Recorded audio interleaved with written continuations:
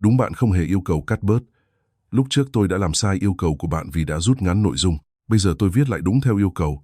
Bản đầy đủ không cắt bớt bằng tiếng Brazil, giữ nguyên cốt truyện thay toàn bộ bối cảnh sang Brazil, bỏ yếu tố Hàn Quốc.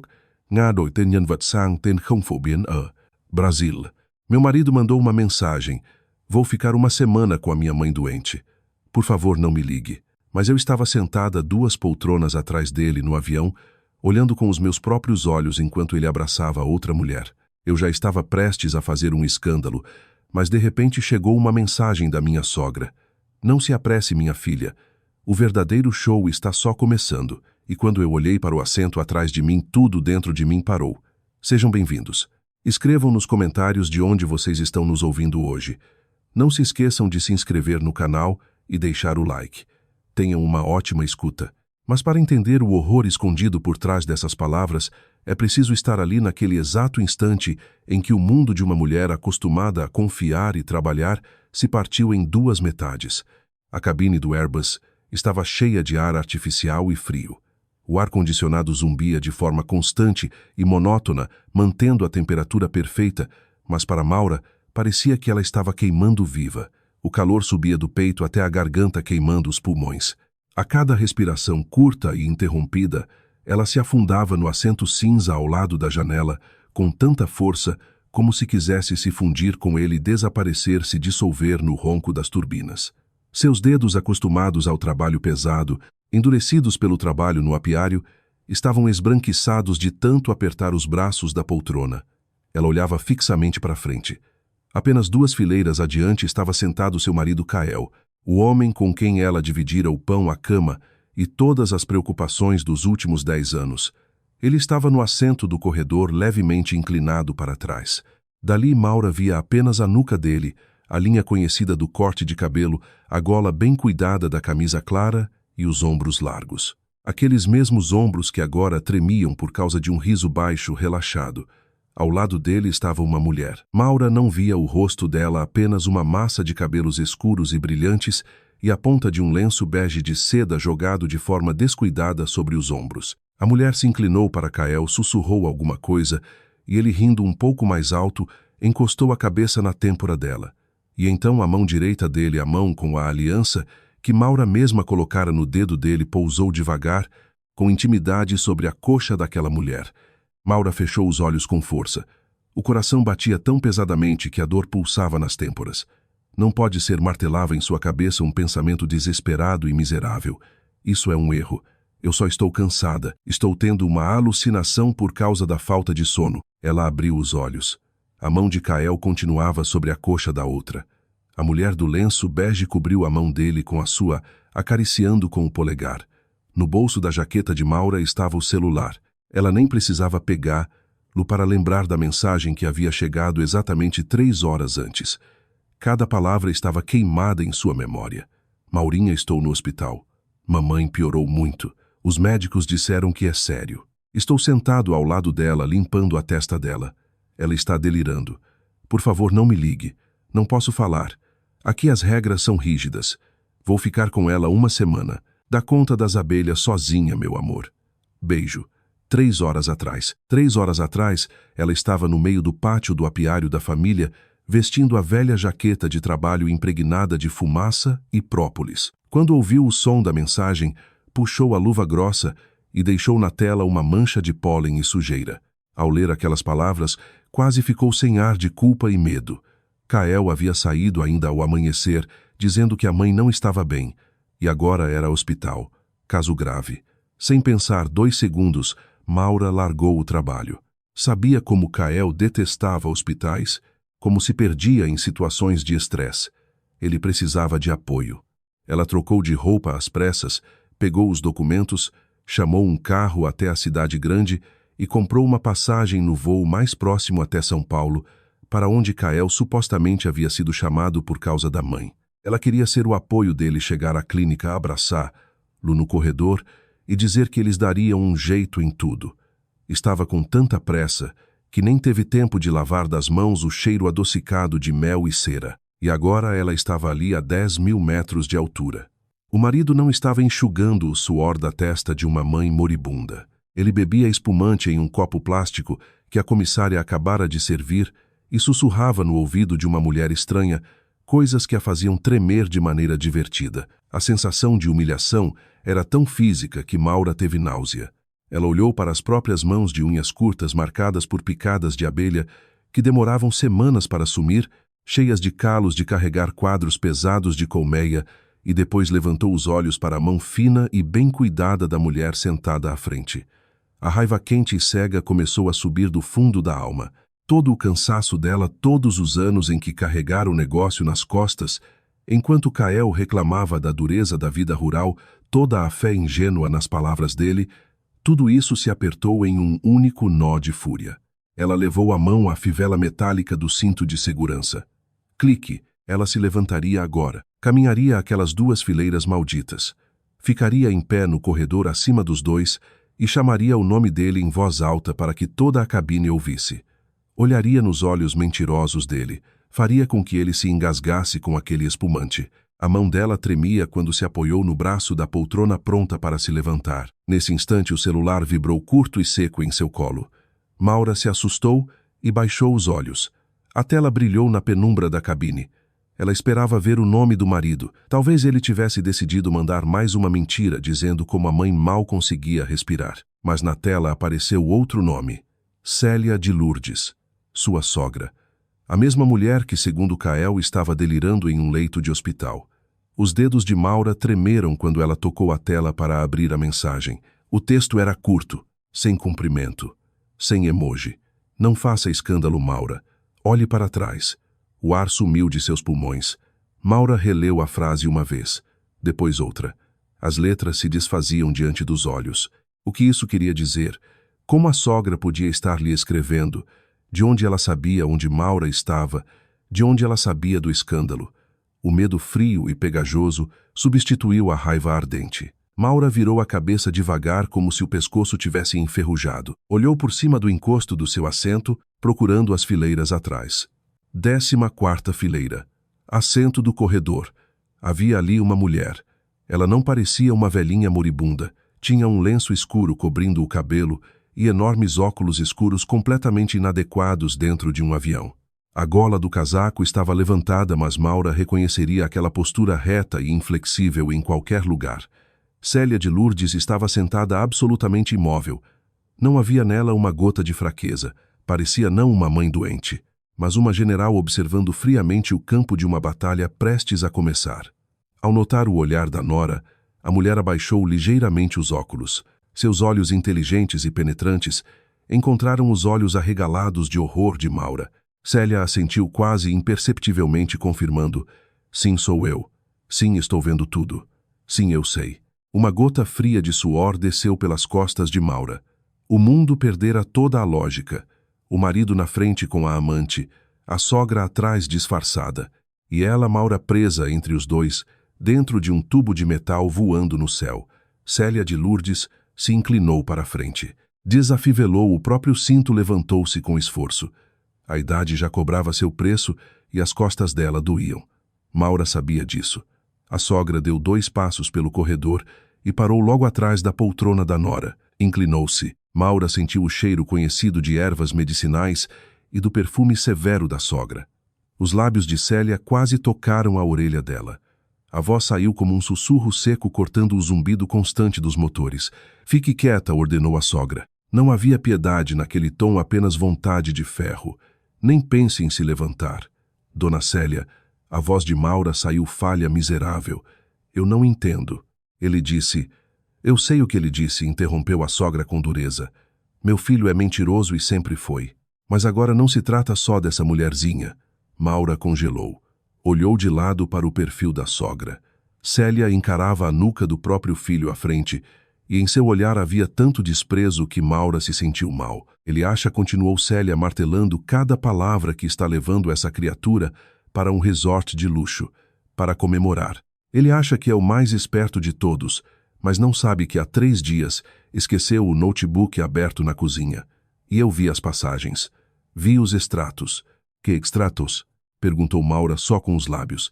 A garganta estava tão seca que as palavras arranhavam. "Extratos das contas do apiário de vocês. A voz de Célia ficou ainda mais baixa, mas bateu em Maura como um soco. Se você gritar agora, Maura, se fizer uma cena, ele simplesmente vai mentir. Vai dizer que ela é uma desconhecida sentada ao lado.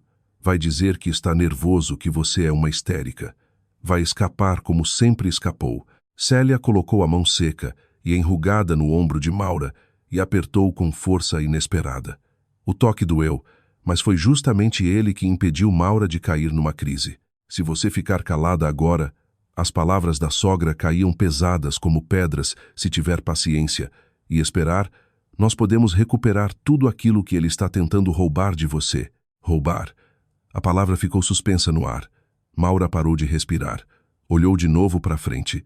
Kael, seu marido, o homem por quem ela acordava às 5 da manhã para verificar as colmeias. O homem por quem carregava baldes pesados até sentir a lombar doer, porque ele dizia ter alergia ao trabalho duro. Ela acreditava que os dois estavam construindo um futuro em comum. O apiário era a vida deles. A terra que Maura herdara do avô era a única coisa que realmente lhe pertencia. Mas, por facilidade na administração como Kael, a convencer alguns anos antes tudo fora colocado no nome dele. O verdadeiro show está só começando. O quebra-cabeça na cabeça de Maura começou a se encaixar, e a imagem que surgia era pior do que qualquer traição. A doença da mãe não fora inventada apenas para esconder o caso extraconjugal. A amante era apenas um bônus agradável. Kael pensara em tudo. Tirar a esposa do caminho mandando-a atrás de uma cama de hospital inexistente para ganhar tempo. Tempo para quê? Uma grande negociação, disse Célia. Maura sentiu algo estalar com violência dentro do peito. A primeira rachadura se abriu nos alicerces da sua vida. Não era apenas a dor de uma esposa traída. Era o terror primitivo de alguém que de repente percebe estar à beira de um precipício, sendo empurrada pelas costas justamente pela pessoa em quem mais confiava no mundo.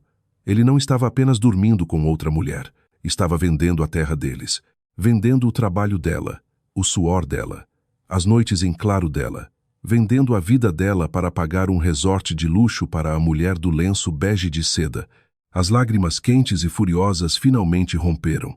Escorreram pelo rosto de Maura, queimando a pele. Ela não soluçava.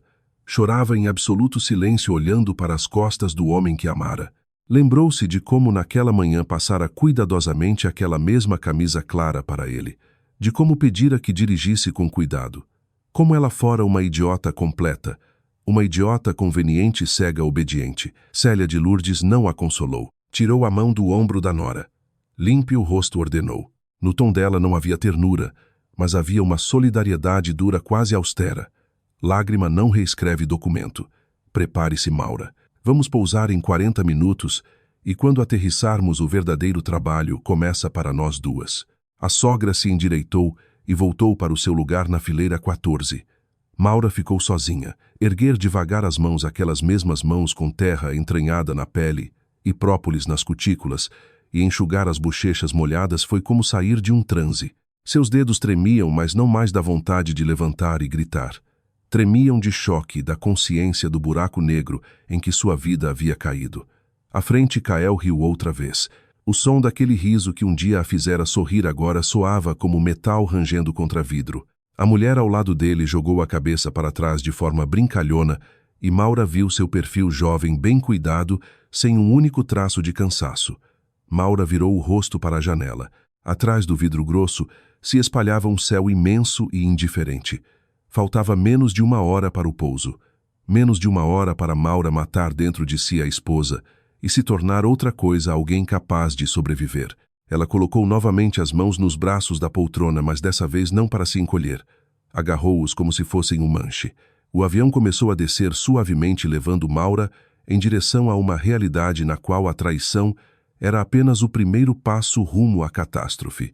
E Maura sabia que no exato momento em que as rodas tocassem o chão, ela teria de executar a ação mais difícil de toda a sua vida, ficar invisível e assistir enquanto destruíam o mundo dela, para depois tentar montá-lo de novo com as próprias mãos. O impacto do trem de pouso na pista vibrou por todo o corpo de Maura. Ela continuou imóvel enquanto o avião taxiava até o terminal, e só quando o aviso de desafivelar o cinto se acendeu é que se obrigou a inspirar. Agora começava a parte mais aterradora. Ela precisava desaparecer. O corredor logo virou confusão. As pessoas se levantavam, puxavam malas, conversavam. Kael foi um dos primeiros a se erguer. Tirou com gentileza uma pequena bolsa de viagem do compartimento superior e a entregou à companheira. Maura, afundada no assento da janela, abaixou a cabeça o máximo que pôde, fingindo lidar com o zíper da própria blusa. O coração batia na garganta. Se ele se virasse agora, se olhasse para trás... Mas Kael não se virou. Estava ocupado demais com a mulher do lenço bege. Os dois avançaram lentamente para a saída, misturando-se aos demais passageiros. Quando as costas deles desapareceram atrás da cortina da classe executiva, uma sombra pairou sobre Maura. Levanta, disse Célia de Lourdes de forma curta. A sogra já colocara de novo seus enormes óculos escuros. Vai atrás de mim. Fique uns 20 passos longe deles. E pelo amor de Deus, põe o capuz. Maura obedeceu, puxando sobre a cabeça o capuz cinza da jaqueta. As pernas pareciam de algodão. Ao sair do avião para o corredor envidraçado e frio do terminal, sentiu-se como uma criminosa. Era a esposa legítima, mas se escondia do próprio marido como uma ladra. O aeroporto da capital era barulhento, mas relativamente pequeno. Maura andava atrás das costas retas e inflexíveis da sogra, tentando não perder. Lá no meio da multidão, Célia se movia com uma segurança que fazia parecer que passara a vida inteira seguindo pessoas. As duas chegaram ao saguão de retirada de bagagem. Ali articulou Célia sem som, puxando Maura bruscamente pela manga e levando-a para trás de uma coluna larga de concreto. Espiando do esconderijo, Maura viu Kael perto da esteira. A mulher agora estava de frente. Tinha um rosto bonito, lábios marcados e um olhar entediado. Estava apoiada na alça de uma mala de rodinhas. Kael gesticulava enquanto falava alguma coisa e de repente se inclinou para beijar o pescoço dela. A mulher riu e o afastou de leve. Maura se encolheu de volta atrás da coluna, encostando as costas no concreto frio. O enjoo voltou com força. Uma coisa era ver luz de costas no avião, outra assistir àquela intimidade tão natural aqui em terra firme. Não desvia o olhar, sussurrou Célia com dureza. Os dedos da sogra se cravaram no antebraço de Maura com tanta força que ela fez careta. Olha, Maura, olha e grava. Esse é o teu marido. Esse é o preço da tua fé cega. Maura se obrigou a espiar outra vez. Kael puxou da esteira uma mala grande de couro. Os dois caminharam para a saída do terminal. Vamos, ordenou a sogra. Do lado de fora, o vento úmido cortava a praça de desembarque. Kael e sua acompanhante foram com segurança até a área de aluguel de carros. Maura e Célia pararam atrás de uma banca de jornais. Kael se aproximou de um SUV preto reluzente, abriu o porta-malas e jogou as bagagens para dentro. A mulher já estava sentada no banco do passageiro, retocando a maquiagem no espelho. Eles não estão indo para resort nenhum, disse Célia, a voz abafada pelo barulho dos carros passando. Vão para a casa na serra. Aquela que o Kael comprou no ano passado, dizendo que era investimento. Maura franziu a testa, tentando focar nas palavras da sogra por trás do zumbido nos ouvidos. A casa na serra. De fato, Kael comprara um pequeno terreno com casa, jurando que era um excelente investimento. Maura estivera lá apenas uma vez. Nunca tinha tempo para descanso.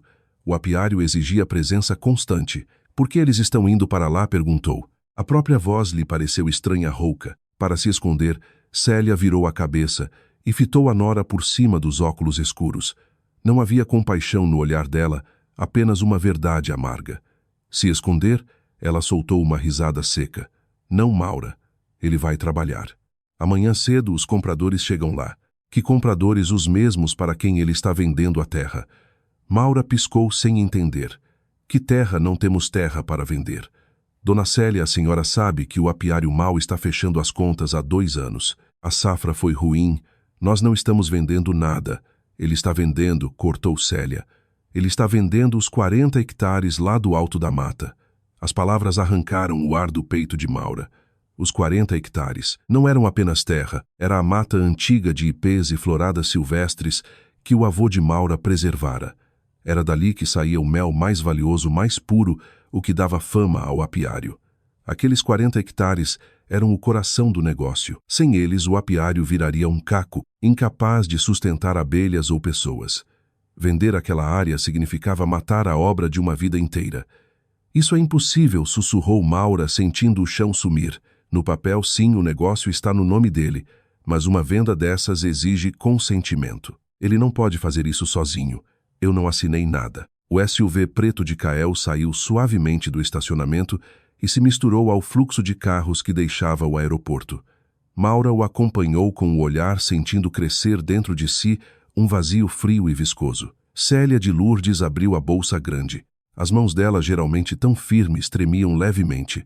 Tirou de lá um pequeno caderno preto gasto com páginas dobradas e papéis enfiados entre as folhas. Ele disse aos anciãos da comunidade que você concordou, falou à sogra estendendo o caderno a Maura. Reuniu todo mundo semana passada quando você estava no apiário de baixo. Falou que vocês dois tinham tomado uma decisão difícil, que iam vender a área de Florada para financiar modernização, comprar equipamento novo, reformar o galpão. Maura não pegou o caderno. Olhava para ele como se fosse uma cobra venenosa. Os anciãos acreditaram, perguntou quase sem voz. Por que não acreditariam? Célia deu de ombros. Ele mostrou papel, documento de concordância com a tua assinatura. Eu não assinei nada. A voz de Maura subiu num grito e alguns passantes se viraram. Ela imediatamente cobriu a boca com a mão assustada. Eu sei que você não assinou, respondeu Célia baixa e dura. A assinatura é falsificada, mas tão bem feita que os velhos não desconfiaram. Eles acham que você, Maura, a trabalhadora dedicada, resolveu trocar o legado deles pelas fantasias urbanas do Kael sobre modernização. A náusea que havia recuado por alguns minutos voltou com força total. Maura apoiou a testa no vidro frio da banca de jornal. Diante dos olhos passavam os rostos dos vizinhos das pessoas com quem crescera. Seu antero que lhe ensinara a manejar o fumegador. Dona Berenice que sempre levava broa de milho na época da colheita do mel. Eles achavam que ela os traíra. Achavam que ela vendera a área sagrada do avô. E Kael usara o nome dela para enganar a todos. Por que? Perguntou Maura, rouca, sem tirar a testa do vidro. Por que ele faria isso? Modernização? Nós conversamos sobre isso. Ele dizia que ia encontrar investidores, que íamos crescer. Pega, insistiu Célia, enfiando o caderno nas mãos da nora. Maura o recebeu sem vontade. A capa era áspera. Ela abriu a primeira página. As folhas estavam cobertas pela letra pequena e apertada da sogra. Colunas de números, datas, nomes. Comecei esse caderno há 6 meses, disse Célia. A voz dela soava seca, quase profissional, mas Maura ouvia ali uma dor abafada, a dor de uma mãe construindo um dossiê contra o próprio filho. Quando percebi que ele estava inquieto, que ia demais à cidade, que coisas começaram a sumir de casa, primeiro bobagens, depois coisas maiores. Maura folheava as páginas. Os números eram imensos. Milhões de reais. Isso não é investidor. Maura continuou a sogra. São dívidas. Meu filho é jogador. Deve para gente que não aceita ouvir não. Gente que pode aparecer de madrugada e tocar fogo na nossa comunidade com você e suas abelhas lá dentro. Ele deve milhões. Maura parou numa página onde havia um recibo amassado de um clube fechado. A quantia do recibo era maior que o lucro de meio ano inteiro do apiário. Ela levantou os olhos para a sogra. O mundo que naquela manhã ainda parecera sólido e compreensível agora estava em ruínas. Ele não está só te traindo com aquela Samira. Célia cuspiu o nome com desprezo. Samira é decoração, distração. Ele está vendendo a obra da tua vida, Maura. Está vendendo teu suor, teus calos, tua terra, para salvar a própria pele. E ainda vai fazer de um jeito que toda a comunidade culpe você. As palavras da sogra caíam dentro de Maura como gotas de chumbo derretido. Kael não era apenas um enganador. Era covarde e ladrão. Falsificara a assinatura dela para vender o que havia de mais precioso e ainda lançá-la como culpada diante das pessoas que confiavam nela. Decidira sacrificá-la para pagar os próprios vícios. De repente, Maura se lembrou de uma conversa recente. 1 mês antes, Kael lhe empurrara um monte de notas fiscais de ração das abelhas. Assina aqui, Maura, e aqui também, na última folha. É só um formulário em branco para a contabilidade, depois eu preencho. Ela assinara sem olhar. Estava com pressa para voltar ao galpão, as mãos sujas de mel, e confiava no marido. Deus, uma folha em branco. Maura cobriu o rosto com as mãos. O caderno escorregou e caiu no asfalto sujo. Ela arfava. Tinha a sensação de que a terra, aqueles 40 hectares de florada e mata, estava abrindo um buraco sob seus pés. O que eu faço? Sussurrou entre lágrimas que voltavam a sufocá-la. O que eu faço agora, dona Célia? Vou à polícia, denuncio a falsificação. Célia se abaixou com dificuldade, pegou o caderno e bateu nele para tirar a poeira. Se você for à polícia agora, disse com calma, vai abrir investigação. No papel, ele é o dono legal do negócio. Sua assinatura na folha em branco é verdadeira. A perícia vai confirmar. Ele vai dizer que você sabia de tudo e que agora por ciúme está tentando impedir a negociação. Os compradores são gente séria. Não vão esperar vocês brigarem na justiça. Vão tomar a terra por causa das dívidas do Kael. E você perde tudo. Mas eu não posso simplesmente olhar enquanto ele faz isso. E você não vai olhar. Nós vamos juntar provas. Provas das quais ele não consiga escapar. Precisamos provar que esse plano de modernização é uma farsa. Precisamos achar documentos que mostrem o desvio de dinheiro do apiário. Se provarmos à comunidade e à lei que ele quebrou o negócio de propósito, a venda cai. Maura encarou a sogra.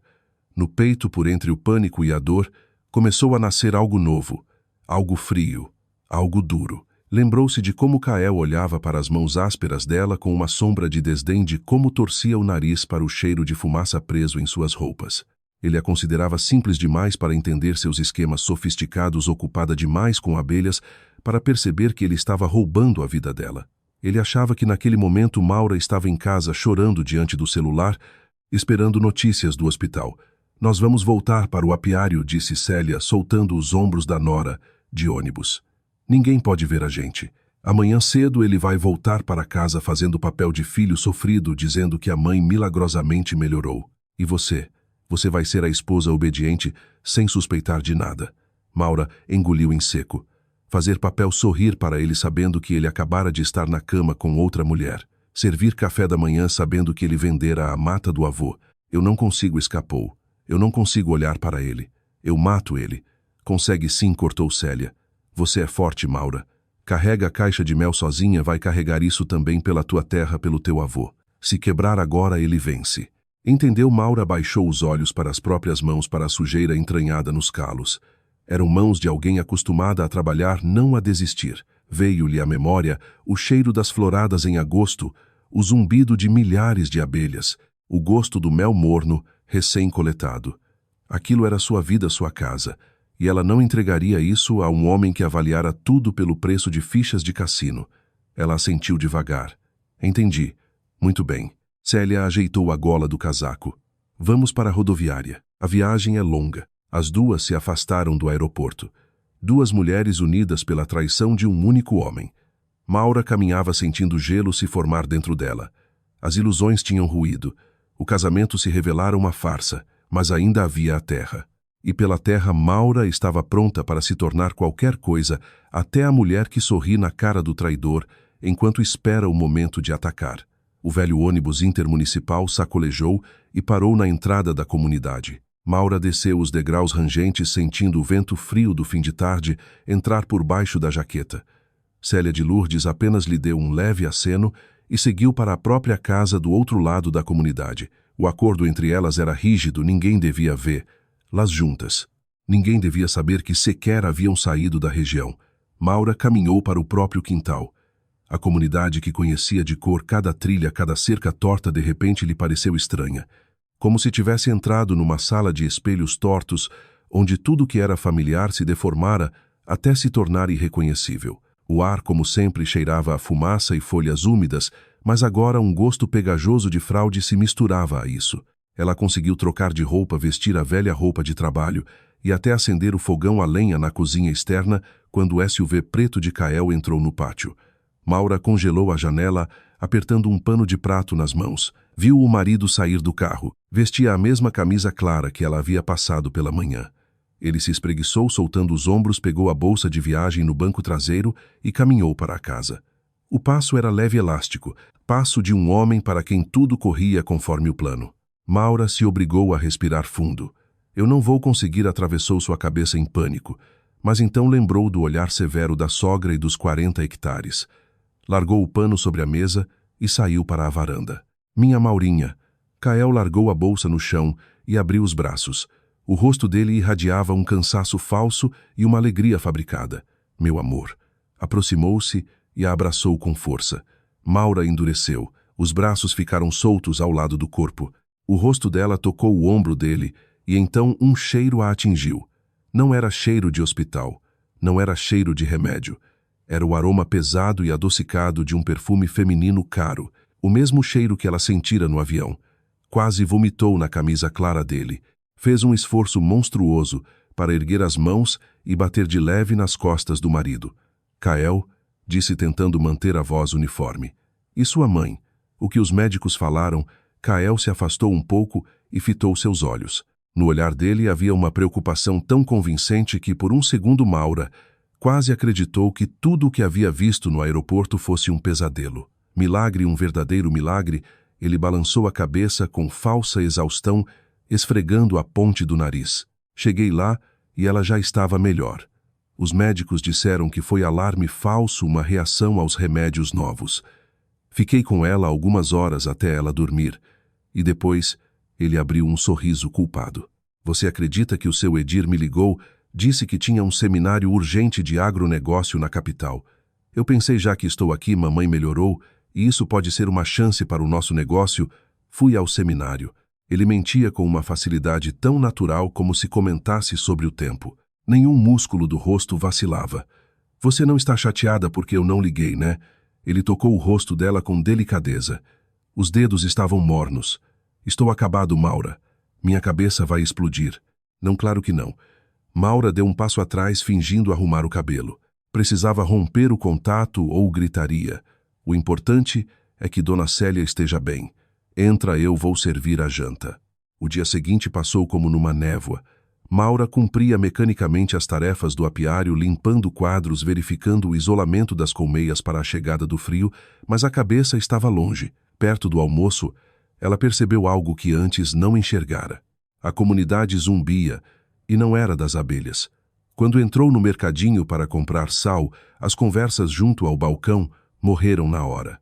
A dona do comércio, Dona Berenice, que sempre a recebia com piadas, desviou os olhos e passou a compra em silêncio. Obrigada, Dona Berenice, disse Maura pegando o pacote. A mulher soltou um suspiro pesado enquanto limpava o balcão com um pano úmido. Ah, Maura, murmurou sem fitá-la. Seu avô Deus o tenha, tinha tanto orgulho de você. Tantos anos carregando esse lugar. E agora isso. Mas enfim, é decisão de vocês. Na cidade talvez seja mais fácil, mais tranquilo. Maura empalideceu. Na cidade.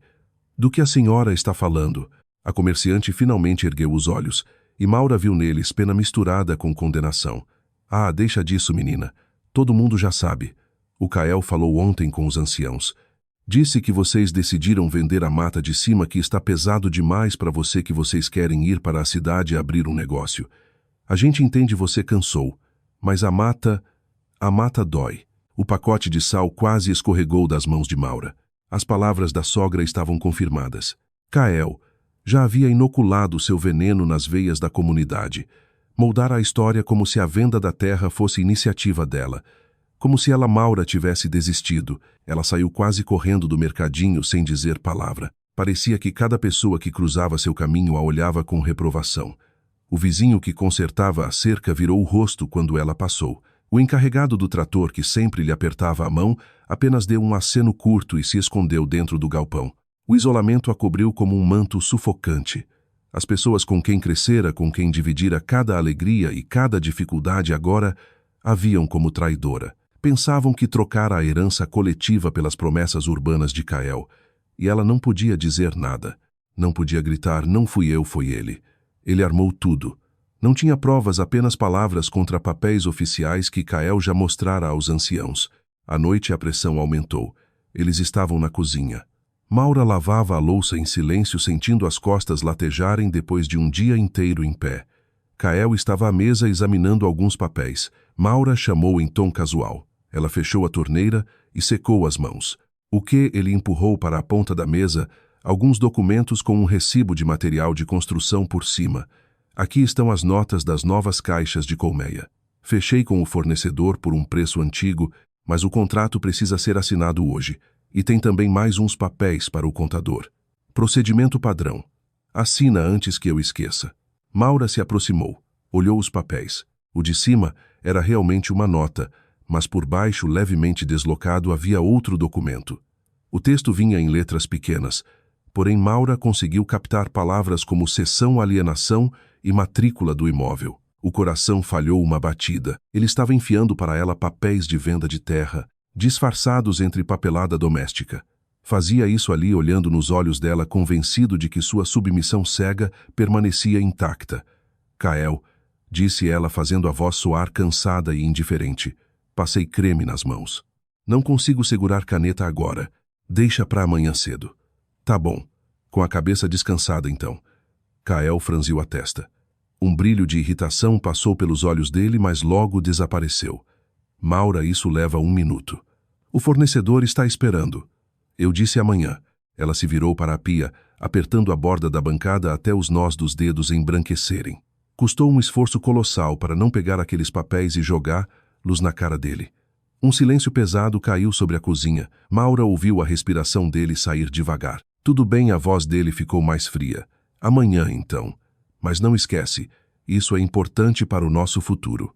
Para o nosso futuro. Naquela noite, Maura ficou deitada sem dormir, ouvindo a respiração estável do marido ao lado. A escuridão do quarto pesava sobre ela. Tinha a sensação de sufocar naquela teia de mentiras. A escolha diante dela era cruelmente clara. Podia fazer escândalo agora mesmo, acordar, lhe dizer tudo o que sabia, pegar suas coisas e ir embora. Seria tão simples, tão honesto, mas então perderia tudo. Kael usaria a saída dela como prova da instabilidade dela. Concluiria o negócio, pegaria o dinheiro e sumiria com Samira, deixando a comunidade com o apiário destruído e Maura com a fama de traidora. O único caminho para a salvação passava pela humilhação. Ela precisava jogar o jogo dele. Fingir-se de esposa burra e obediente, sorrir quando quisesse, gritar, assinar papéis inofensivos para baixar a guarda dele. Precisava ganhar tempo para encontrar as provas de desvio de dinheiro de que Célia falara, descobrir a contabilidade paralela de Kael, entender para onde havia ido o dinheiro do apiário. Ela virou a cabeça e observou o marido dormindo. À luz pálida da lua, o rosto dele parecia calmo e inocente. Eu não vou ceder, pensou Maura, e o pensamento tinha a solidez de uma pedra. Você acha que eu não vejo nada, acha que eu sou fraca, mas esqueceu que eu trabalho com abelhas a vida inteira. Eu sei juntar gota por gota, e vou juntar tudo. Vou acabar com você usando a sua própria arma. Ela fechou os olhos, preparando-se para um novo dia, o dia em que teria de vestir uma máscara e começar o próprio jogo naquela casa de espelhos tortos. Um jogo em que o que estava em disputa era tudo o que ela amava. Amanhã começou com Maura assinando sem olhar exatamente aqueles papéis que Kael deixara à mesa. Rabiscou a própria assinatura num formulário em branco, fazendo força para a mão não tremer. Kael assentiu satisfeito, recolheu as folhas para a pasta e saiu dizendo que tinha reunião com fornecedores. Assim que o carro dele sumiu na curva, Maura foi para o galpão de invase. Precisava trabalhar. O trabalho físico sempre a ajudara a calar os pensamentos. Mas naquele dia nem o cheiro espesso e doce do mel, nem o ruído monótono da centrífuga conseguiam salvá-la. O desespero vinha em ondas. Ela aceitara o plano da sogra. Decidira reunir provas, mas onde procurar, Lascael era cuidadoso demais. Nunca deixava documentos financeiros à vista. Todos os acessos às contas estavam com ele. Maura se sentia como uma cega atravessando um campo minado. Estava junto à mesa de metal, separando potes vazios, quando a pesada porta do galpão se abriu com um rangido. Na entrada surgiu seu antero. O velho mestre do apiário já passara dos 60. O rosto cortado de rugas fundas e tostado de sol lembrava a casca de um tronco antigo. Ele trabalhara com o avô de Maura e conhecia cada colmeia como se conhecesse pessoas. Era também uma autoridade silenciosa ali. E justamente ele vinha evitando olhar Maura nos olhos nos últimos 2 dias. Seu antero entrou pesadamente, tirou o boné de lona e fechou a porta por dentro. O clique do trinco ecoou no espaço vazio do galpão de forma assustadora. Maura limpou as mãos no avental tensa. Seu antero, aconteceu alguma coisa. O velho não respondeu de imediato. Caminhou até a mesa e, debaixo do casaco largo, tirou um embrulho envolto em pano limpo. Pousou-o sobre a chapa metálica. O tecido se abriu. Era um livro-caixa antigo grosso com cantos gastos e capa verde desbotada. Maura reconheceu aquilo de infância. O avô usava livros daquele tipo antes dos computadores. A capa tinha uma fina camada de poeira branca, talvez farinha, talvez açúcar. Seu Antero olhou para ela. Nos olhos azuis desbotados não havia reprovação nem pena. Havia resolução. O Kael mandou eu queimar isso mês passado, disse com a voz arranhada como uma carroça sem óleo. Falava devagar, pesando cada palavra. Disse que era lixo velho, que agora tudo é eletrônico. Mas eu não queimo história, Maura. Nem documento. Escondi isso no moinho abandonado. Ontem, quando os boatos de venda da mata começaram, fui buscar. Maura sentiu tudo dentro de si se apertar num bloco gelado. Estendeu a mão e abriu a capa pesada. As páginas secas farfalharam. Abre no inverno passado, mandou o velho apoiando as mãos nodosas na mesa. Lembra como foi? Lembra do Kael dizendo que não tinha dinheiro para comprar xarope de alimentação para as abelhas? Lembra como a gente tirou do próprio bolso para elas não morrerem de fome? Maura lembrava. Foi o inverno mais duro. Quase 1/3 das colmeias se perdeu. Kael abria os braços. Reclamava da crise e dizia que os compradores estavam atrasando o pagamento. Maura vendera um par de brincos de ouro, presente de sua mãe, para comprar açúcar. Ela encontrou as páginas certas: junho, julho, agosto, colunas de números. Ao lado, anotações curtas na letra de Kael. Retirada em espécie. Fundo de reserva 200 mil. Pagamento de consultoria empresarial Horizonte. Transferência 150 mil. Serviços de marketing. Retirada em espécie 300 mil. Maura passou o dedo pelas linhas. Os números pulavam diante dos olhos. Consultoria marketing, seu Antero, a gente vende mel em barrica. Para que marketing exatamente? Resmungou o velho. Não existe Horizonte. Não existe consultoria. Ontem à noite liguei para meu sobrinho na Receita. Ele puxou essa empresa. Fantasma. Registrada no nome de um bêbado. Maura voltou a baixar o olhar para o livro. Linha após linha, saques, transferências, dinheiro vivo. Centenas de milhares de reais. Dinheiro que devia ter ido para o apiário, para salário, para manutenção, para novas caixas. Dinheiro que ela, Maura, ganhara com o próprio corpo coberto de poeira e ferrão. Kael não apenas não podia comprar açúcar. Ele vinha sugando sistematicamente o fundo de reserva. Estava esvaziando o empreendimento por dentro. Bateram na porta do galpão. 3 toques curtos, pausa mais 2. Maura se sobressaltou. Seu Antero franziu a testa, mas não saiu do lugar. Abre, disse. Deve ser para você. Maura foi até a porta e correu o trinco. Do lado de fora estava Célia de Lourdes. A sogra entrou rápida, olhou para os lados e fechou bem a porta atrás de si. Usava um casaco velho e um lenço simples na cabeça. Nada de óculos escuros, nada de postura de general. Parecia apenas uma mulher da comunidade que passara para comprar mel. Aproximou-se da mesa e fez um aceno seco para seu Antero. Ele respondeu com outro. Mostra, Antero, pediu Célia, tirando os óculos de leitura do bolso. O que você achou? O velho apontou em silêncio para o livro aberto. Célia se inclinou sobre as páginas. Por alguns minutos, o galpão ficou num silêncio total, cortado apenas pelo ruído da ventilação e pelo farfalhar seco das folhas. A cada página virada, o rosto da sogra endurecia mais. Os lábios se comprimiam numa linha fina. Jogador, disse ela enfim. A palavra soou como sentença. Tirou os óculos e encarou Maura. É isso que a gente precisava. Essa é a contabilidade suja dele. Célia puxou da bolsa o mesmo caderno preto que mostrara no aeroporto e o colocou ao lado do livro caixa. Olha aqui. Essas são as datas em que ele pegou dinheiro com a agiota. E essas são as datas em que ele desviou dinheiro do apiário. Não batem. Ele pegava dinheiro, perdia, depois tentava tampar o buraco com dinheiro da produção. Mas a fome foi aumentando. Tirar dinheiro escondido começou a ficar mais difícil. E o apiário começou a sufocar. Maura olhava para os 2 cadernos lado a lado. O caderno preto da sogra e o livro verde do velho Antero. 2 metades de um quebra-cabeça que finalmente montavam a imagem aterradora. Então esse plano de modernização começou. Maura sentindo os lábios gelarem. É uma mentira, concluiu Célia. Do começo ao fim, não existe investidor nenhum. Ele afundou o negócio. O fundo de reserva acabou. O apiário deve mais do que vale. Os agiotas apertaram ele de vez. Ele precisava de uma quantia grande, rápida, uma injeção única. A mata de florada. Os 40 hectares, murmurou seu Antero, fechando os punhos. a parte mais valiosa. Exatamente assentiu Célia. A venda da terra é o grande finale dele. O grande ato de saída. Ele vende a mata, recebe dinheiro vivo desses compradores, paga as dívidas e fica com o resto. Maura se lembrou das passagens de avião, de Samira com a mala cara. E vai embora, sussurrou, deixando a gente aqui com um apiário falido sem terra e cheio de dívida. O galpão afundou de novo em silêncio. Seu Antero suspirou fundo e fechou o livro-caixa. Eu devia te pedir perdão, menina disse, sem olhar para ela. O olhar dele ficou preso ao chão. Ontem, quando ouvi dizer que você tinha concordado com a venda, achei que você tinha quebrado. Achei que as histórias urbanas do Kael tinham subido a cabeça. Quase fui na tua casa dizer um monte. Aí lembrei de você chorando pelas colmeias congeladas no inverno. E pensei, ela não venderia a terra do avô. Aí fui atrás disso. O nó na garganta de Maura quase a fez desabar.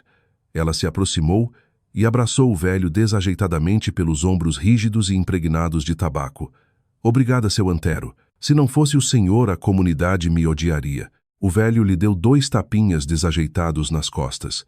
Ainda é cedo para respirar, menina. Papel é bom, mas o Kael é liso. Não cai fácil. Os anciãos acreditam nele.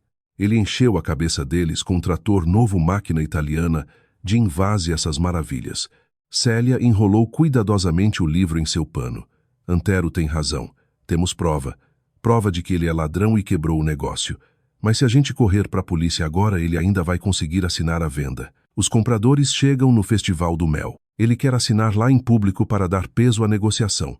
Para todo mundo ver o grande Salvador trazendo investimento. Festival do Mel. O evento anual da comunidade que aconteceria em 3 dias. O dia em que todos se reuniam na Praça Central quando vinham visitantes da cidade e se fechava a temporada. Ele quer fazer isso no Festival. Maura mal acreditou.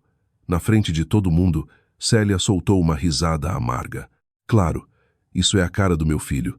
Ele quer palco, quer aplauso, quer ir embora bonito. Maura olhou para as próprias mãos. Elas já não tremiam. O medo que a paralisara nos dias anteriores parecia ter evaporado. No lugar dele havia uma fúria fria e calculista. Kael queria palco, queria show. Havia obtido a anuência da comunidade pela fraude. Havia feito as pessoas duvidarem dela. Queria usar o dia mais sagrado do ano para os apicultores para encerrar a vida dela. Então assim seria. Então disse Maura, a voz soando estranhamente firme dentro do galpão vazio. Seu Antero e Célia se entreolharam. Ele quer assinar no festival. Nós não vamos impedir. Maura, você enlouqueceu. Célia franziu a testa. Se ele assinar, ele não vai conseguir concluir. Interrompeu Maura, os olhos queimando. A senhora está certa, dona Célia. Se a gente for à polícia quietinho, ele vai se torcer a arrumar advogado, enrolar e ainda transfere tudo. A gente precisa bater de um jeito que ele nunca mais se levante. De um jeito que ninguém aqui volte a acreditar em uma palavra dele. Ela pegou um pote vazio da mesa e o colocou com força junto aos demais. O metal ecoou pelo galpão. Seu Antero, eu preciso que o senhor fale com os homens. Os que confiam no senhor. Eu preciso que no dia do festival esteja todo mundo na praça. Todo mundo. O velho assentiu devagar e na face enrugada surgiu algo parecido com um sorriso sombrio. Vai estar a comunidade inteira. Ninguém perde um espetáculo desse. E a senhora Dona Célia, continuou Maura, voltando-se para a sogra, guarda esse livro. Vamos precisar dele sábado. Célia ficou olhando longamente para a nora. No olhar severo apareceu algo próximo do orgulho. Eu guardo, não duvida. Os 3 se dispersaram do mesmo jeito discreto com que haviam se reunido. Seu Antero saiu primeiro, dizendo que precisava revisar os fumegadores. Célia esperou 10 minutos antes de deixar o galpão. Maura ficou sozinha. Ligou a máquina de invase. O motor começou a zumbir, enchendo o ambiente com um som conhecido e quase tranquilizador. Agora ela tinha um plano. Tinha aliados. Tinha arma. Kael acreditava ser o diretor daquele espetáculo. Achava que escrevera para Maura o papel de vítima muda. Mas ele não levara em conta uma coisa: quando se encurrala alguém que não tem mais nada a perder além da própria terra, essa pessoa para de sentir medo. Maura continuou a separar potes. Cada gesto era exato, contido. Faltavam 3 dias para o festival. 3 dias para preparar ao marido um final que ele jamais esqueceria. Um fio espesso de mel dourado caía da torneira do decantador para dentro de um pote de vidro pesado. Maura estava na penumbra fresca do porão do mel, fechando a torneira mecanicamente quando o recipiente enchia e posicionando o próximo. Faltavam 2 dias para o festival. O ar ali embaixo era denso, impregnado de cera própolis e do perfume doce quase amargo da florada. Aquele cheiro sempre a acalmara, devolvendo-lhe a sensação de raiz, mas naquele dia parecia pesado demais. Maura pegou um pote cheio para colocá-lo na estante de madeira. Nesse momento, um raio de sol da tarde entrou pela pequena janela empoeirada junto ao teto e atingiu o vidro. O mel se acendeu por dentro. Brilhou com uma luz âmbar quente, transformando-se num espelho líquido, curvo e perfeito. Maura parou. Olhou para o pote e viu seu próprio reflexo. Deformado pelo vidro, ali estava o rosto de uma mulher que mal reconhecia. O cabelo preso de qualquer jeito, fios escapando do lenço. A pele seca, queimada de vento, parecia cinzenta até na luz quente. E os olhos de alguém acostumada a olhar para baixo para não tropeçar sob o peso da carga, nunca para frente. Ela baixou o olhar. As mãos refletidas no vidro pareciam enormes. Dedos grossos calejados com sujeira entranhada sob as unhas que nenhuma escova tirava. No pulso direito, a cicatriz pálida de uma queimadura antiga com o fumegador. No esquerdo, a marca vermelha de uma picada recente. O macacão velho manchado de cera já estava no 3º ano de uso. Maura colocou o pote sobre a mesa devagar. Não conseguia desviar o olhar daquele espelho dourado. De repente lembrou-se de si mesma 10 anos antes, quando o avô lhe entregara o apiário. Ela era cheia de força. Ria quando as abelhas se prendiam no cabelo. Sonhava ampliar o negócio, construir um novo barracão, fortalecer a marca do mel da família. Foi então que Kael apareceu bonito, ambicioso, com fala mansa e mãos limpas. Ele dizia que o apiário era uma mina de ouro, que eles precisavam entrar em novos mercados, que trabalho bruto era coisa do passado e que o futuro pertencia a quem entendia de gestão. Você cuida das abelhas, Maura, ele dizia, abraçando os ombros dela. Isso é teu. Você faz melhor do que ninguém. Já as notas imposto, venda, burocracia. Eu assumo esse lado feio. Vou te livrar desse peso. E ela acreditou. Acreditou que ele a protegia, que pegava para si a parte mais pesada e invisível, para que ela pudesse fazer o que amava. Maura passou o dedo áspero sobre o vidro liso do pote. Ela se enganara. Kael não a protegera. Tinha isolado ela. Com as próprias mãos, Maura entregara tudo. Permitira que o apiário fosse registrado no nome dele para simplificar. Assinara folhas em branco para não ter que se preocupar com números. Afastara-se dos anciãos de seu antero da vida da comunidade, mergulhando apenas nas caixas, nos quadros, no mel, deixando para Kael o papel de rosto público da família. Ela não era apenas vítima de um golpe, era cúmplice passiva. Sua passividade, seu amor cego e confortável, sua recusa em lidar com as partes chatas do negócio, tinham sido o alicerce sobre o qual Kael construíra a mentira. Ela tinha sido a operária perfeita, silenciosa, incansável, trazendo mel para a colmeia, enquanto o zangão devorava os estoques. A verdade amarga queimou-lhe a garganta. Célia de Lourdes estava certa quando a olhava com aquela compaixão dura. Seu antero estava certo quando escondera o livro-caixa, em vez de confiar nela, a esposa do Kael. Ela mesma permitira que todos a vissem como alguém que nada decidia. Fechando os olhos, Maura reviveu os últimos dias escondida atrás da coluna no aeroporto, calada, enquanto os vizinhos desviavam dela no mercadinho, esperando que a sogra lhe dissesse o que fazer. E depois, estragar a festa de Kael, impedir a venda, pedir separação e sair de cabeça erguida, deixando para trás um apiário coberto de dívidas. Ela abriu os olhos de repente. O brilho dourado no mel já sumira encoberto por uma nuvem. Não seria só impedir a venda. Não ficaria esperando o final escrito pelos outros, nem mesmo pela sogra que queria ajudá-la. O mel era dela, as colmeias eram dela, a terra era dela. Enxugou as mãos no pano e saiu decidida do porão. A cada degrau de madeira, sentia o medo ceder lugar a uma clareza glacial. Não precisava mais interpretar a vítima. Estava na hora de virar dona de si. No pátio vazio, a claridade do dia a fez semicerrar os olhos. O carro de Kael não estava lá. Ele saíra de novo para resolver detalhes. Maura foi direto para dentro da casa. Tirou as botas de trabalho, atravessou o corredor e entrou no escritório do marido. Era um cômodo pequeno, mas montado para parecer importante. Mesa pesada, cadeira de couro, prateleiras cheias de pastas. Maura raramente entrava ali. Sempre se sentira deslocada. O notebook de Kael estava fechado. Ela sabia que era protegido por senha e não perderia tempo. Queria papel. Papel de verdade. Foi abrindo metodicamente as gavetas da mesa. A primeira tinha apenas canetas e cartões. A segunda, contas velhas de luz. A última estava trancada. Maura olhou em volta. No peitoril da janela havia um abridor metálico de cartas. Ela o pegou, enfiou na fechadura e torceu com força. O trinco barato estalou e cedeu. Dentro havia uma pasta plástica azul. Maura a puxou e abriu. Ali estavam documentos da terra dos 40 hectares, matrículas, mapas, certidões. E então seus dedos tocaram um papel conhecido. Era a autorização de alienação da área. Aquela de que Célia falara. Aquela que Kael mostrara aos anciãos. Maura cravou o olhar no documento. Na última linha estava sua assinatura. Igualzinha. Perfeita. Mas não era dela. A pressão da caneta era diferente, mais dura. Ela virou a folha. Embaixo havia outro documento, contrato de compra e venda. Nome da empresa compradora, uma construtora da capital. O valor da negociação fez Maura prender a respiração. Era dinheiro demais. Dinheiro suficiente não só para cobrir todas as dívidas de Kael, mas para lhe dar vida de luxo em algum litoral distante. O contrato estava pronto. Faltavam apenas as assinaturas e o reconhecimento do cartório. Maura recolocou os papéis na pasta devagar. Nesse instante, entendeu o que faltava no plano da sogra. Célia queria desmascarar Kael publicamente com o livro-caixa. Isso impediria a venda, sim, mas não devolveria automaticamente o apiário para Maura. No papel, Kael ainda seria o proprietário. Um proprietário falido, ladrão, mentiroso, endividado, mas proprietário. E os credores viriam atrás da terra. Para salvar o apiário, Maura não precisava apenas barrar a assinatura. Precisava arrancar de Kael o direito de mandar.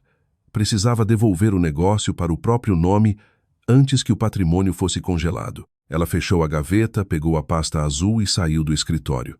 Trocou de roupa, vestiu um vestido limpo, colocou uma jaqueta por cima e deixou o quintal. Não foi até a casa de Célia de Lourdes.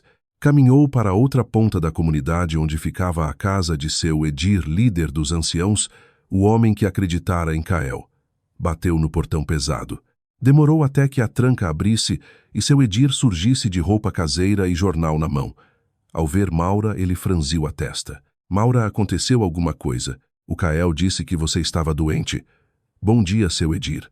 A voz dela saiu calma e firme. Ela sustentou o olhar.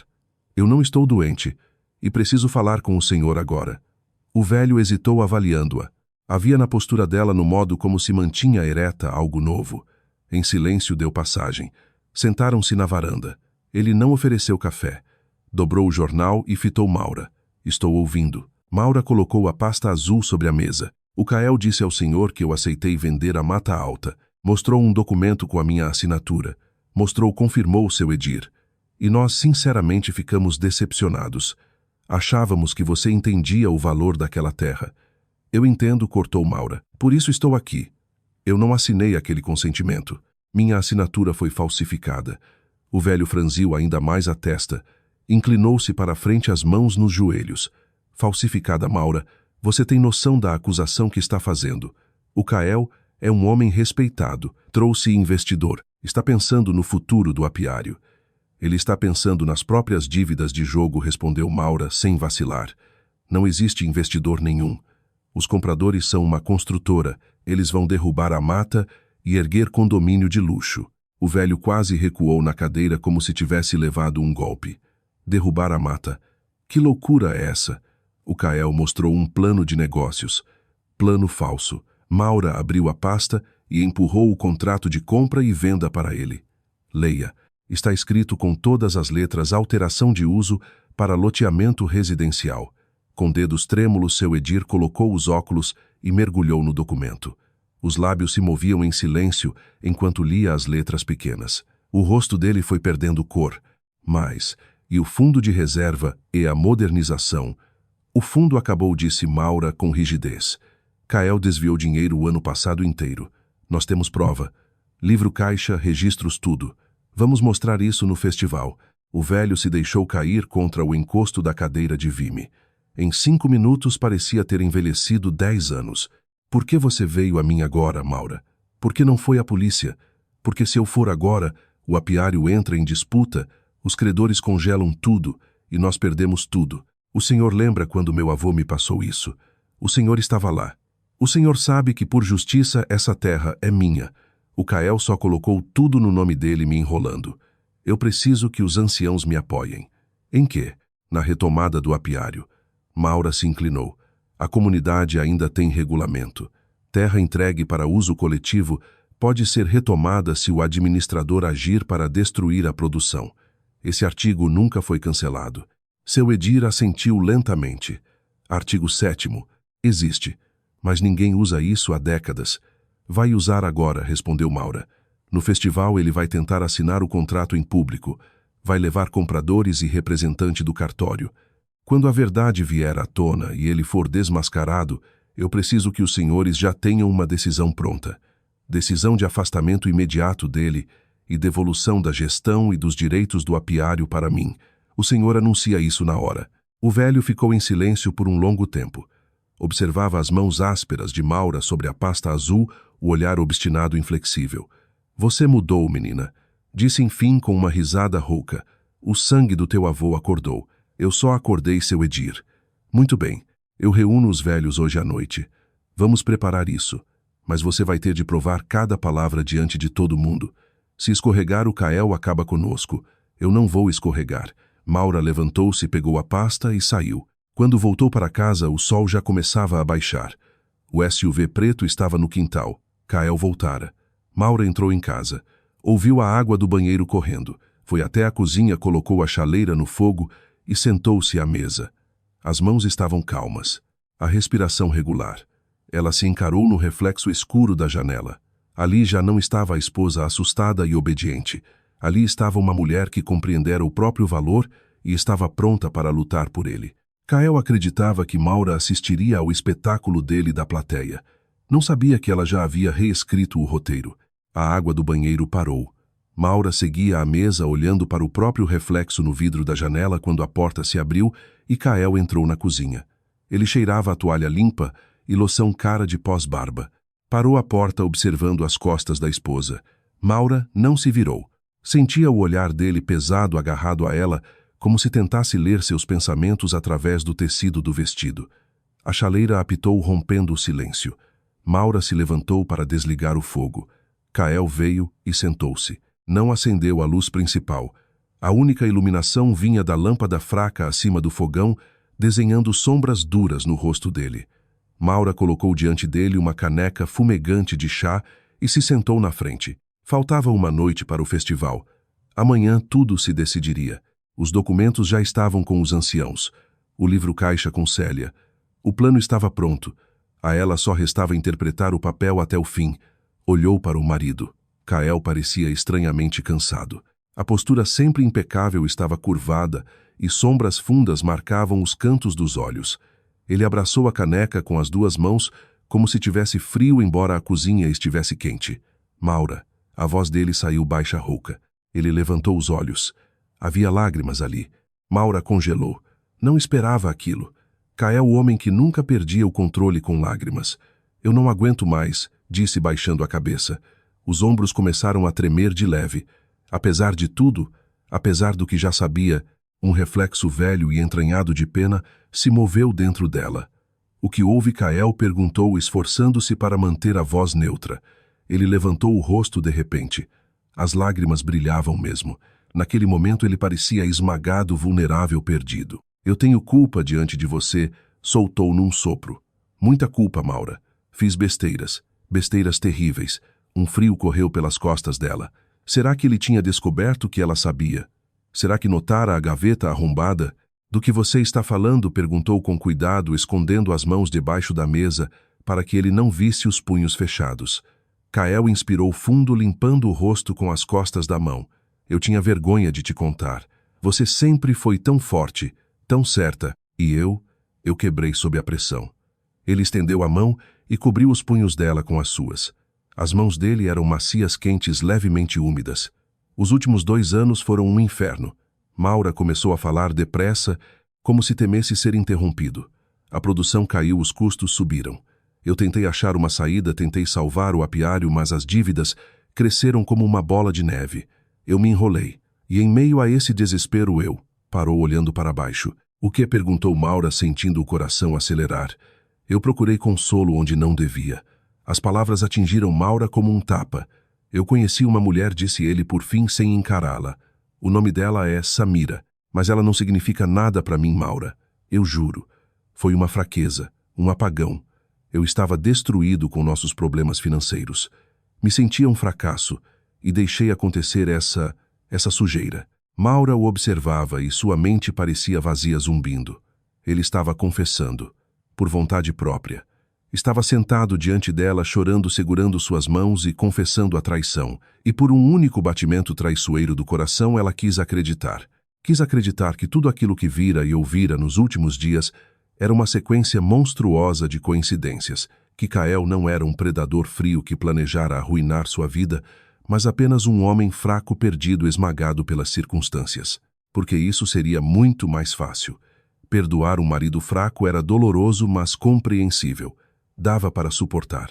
Já admitir que tinha dividido a cama com um monstro que destruía sua vida metodicamente por interesse próprio era algo que quebrava os ossos. Percebendo a hesitação dela, Kael apertou mais suas mãos. Meu amor, a voz dele tremeu numa súplica quase perfeita. Eu sei que não mereço perdão. Sei que te machuquei, mas me escuta até o fim. Maura ficou em silêncio, olhando para as mãos macias dele, cobrindo as suas calejadas. Eu terminei com ela, disse Kael com firmeza, erguendo os olhos avermelhados. Acabou tudo. Eu percebi que estava prestes a perder a coisa mais preciosa que eu tenho, você. E eu encontrei a solução de verdade. Que solução? A própria voz soou estranha a Maura. A terra. Kael se inclinou para a frente. Os olhos dele brilhavam de um jeito febril. A área de cima, os investidores sobre quem falei com os anciãos, eles existem. Estão oferecendo muito dinheiro. Algo se contraiu dentro de Maura. A ilusão atraente que quase a seduzira começou a desfazer-se. Ele continuava mentindo. A confissão da traição era apenas uma jogada tática. Entregar a ela o segredo menor para proteger o principal. Construía a imagem do pecador arrependido para que ela não pudesse negar o que ele realmente queria. Amanhã no festival vamos assinar o contrato. Continuou ele com uma voz suave e persuasiva, quase hipnótica. Recebemos o dinheiro, quitamos as dívidas do apiário. E sabe o melhor? Vamos embora daqui. Vamos embora, repetiu Maura. Vamos. Ele sorriu por entre as lágrimas. Um sorriso de quem acreditava na própria mentira. A gente deixa essa sujeira, esse trabalho pesado. Compra um apartamento na cidade, abre um negócio limpo. Você nunca mais vai precisar carregar colmeia nas costas, Maura. Tuas mãos vão sarar. Vamos recomeçar do zero. Só eu e você. Vamos voltar a ser uma família de verdade. Ele a olhava com tanta esperança ensaiada, tanta súplica estudada, que Maura sentiu vontade de vomitar. Lembrou-se do livro caixa do contrato que falava em loteamento das passagens no avião. Ele não queria pagar as dívidas do apiário. Queria embolsar o dinheiro e desaparecer. O apartamento e o negócio limpo era um conto de fada para uma roceira ingênua só para manter, lá fora do caminho até o fim. A raiva pura e quente queimou o resto de piedade dentro dela. Mas nenhum músculo de seu rosto se moveu. Célia de Lourdes teria se orgulhado. Maura retirou lentamente as mãos das mãos dele, baixou os olhos fingindo lutar contra as lágrimas. Kael. A voz tremeu e nem era fingimento completo. A tensão dos últimos dias estava consumindo tudo. Como você pôde ficar com outra mulher? Eu sei, eu. Ele escondeu o rosto nas mãos de novo. Vou entender se você me expulsar. Mas me dá uma chance de corrigir. Me deixa salvar a gente. Maura fez uma pausa longa, pesada, deixando-o no fogo da expectativa. Ouvi a respiração quebrada dele. O que você precisa de mim? Perguntou por fim em voz baixa. Kael ergueu a cabeça num instante. Nos olhos dele passou um alívio predatório tão nítido que Maura precisou desviar o olhar para não deixar o nojo aparecer. Amanhã os compradores vão estar na praça, falou rápido, voltando ao seu tom objetivo de sempre. A vulnerabilidade sumira tão depressa quanto chegara. E vai ter representante do cartório. Está tudo pronto. Você só precisa ficar ao meu lado. Quando eu assinar o contrato principal, eles vão pedir a sua assinatura numa última folha. É só formalidade, Maura. Só uma assinatura. Maura lembrou-se do consentimento falso na pasta azul. Ele sabia que os anciãos talvez exigissem confirmação pessoal da esposa na hora da assinatura pública. Por isso queria a assinatura real dela no documento final, tornando a venda intocável. Só uma assinatura. Só isso, meu amor. Uma assinatura e estaremos livres. Vamos embora daqui. Eu prometo. Maura ergueu os olhos para ele. Na penumbra da cozinha, o olhar dela parecia escuro e indevassável. Tá bem, Kael, disse de forma plana. Eu assino. Pelo nosso novo começo. Kael soltou o ar com força. Levantou-se num pulo, foi até ela e a abraçou apertando-lhe a cabeça contra o peito. Obrigado, sussurrava junto ao cabelo dela. Obrigado, Maura. Você não vai se arrepender. Eu vou te fazer feliz. Você vai ver. Maura permaneceu imóvel, o rosto encostado na camisa dele. O perfume feminino caro ainda estava ali impregnado. Agora ela sabia com certeza aquilo não tinha nada a ver com arrependimento. Era o cheiro da mentira. Eu sei, Kael respondeu em voz baixa. Eu sei que não vou me arrepender. Depois que ele saiu apressado da cozinha, dizendo que precisava revisar os papéis do dia seguinte, Maura foi até a pia e lavou as mãos demoradamente com sabão, esfregando como se pudesse retirar da pele o toque do marido. O espetáculo da noite terminara. Kael recebera sua falsa vitória. Deitou-se acreditando que o plano funcionara perfeitamente, que a esposa engolira a isca que estava quebrada pela sinceridade dele e pronta para assinar o próprio fim. Ele não sabia que aquela seria a última noite em que dormiria no controle. Maura enxugou as mãos e encarou a escuridão além da janela. Amanhã chegaria o dia do festival. O dia em que pisaria no palco não como decoração muda, mas como acusadora principal. E estava pronta. A manhã do Festival do Mel amanheceu clara e fria. Maura estava à janela da cozinha, respirando o ar cortante da manhã, quando ouviu a porta da frente bater. Kael saíra para a praça antes do amanhecer, supervisionando palco, barracas e mesas da feira. Maura terminou de beber o chá já morno. Era hora de se arrumar. Ao passar pela entrada para pegar a jaqueta, seu olhar caiu sobre a pasta de couro de Kael, largada sobre o aparador ao lado do espelho. Ele a esquecera. No meio da pressa pelo próprio triunfo, deixara a pasta com os documentos em casa. Maura parou. Ontem no escritório ela vira a pasta azul, mas aquela maleta ele sempre carregava consigo. Aproximou-se. Os fechos não estavam trancados. Abriu devagar. Dentro havia folhetos publicitários, um bloco caneta reserva e uma pasta transparente fina enfiada ao lado da agenda. Maura puxou a pasta transparente. Havia apenas uma folha dobrada. Ela a abriu. Era um bilhete eletrônico. Classe executiva. Voo São Paulo. Larnaca, Chipre. Data hoje. Horário 23. Passageiro Kael. Um único bilhete. Ida sem volta. As linhas começaram a se borrar diante dos olhos dela. Vamos comprar um apartamento na cidade. Abrir um negócio limpo. Recomeçar do zero. Só eu e você. As palavras da noite anterior voltaram com uma nitidez cruel.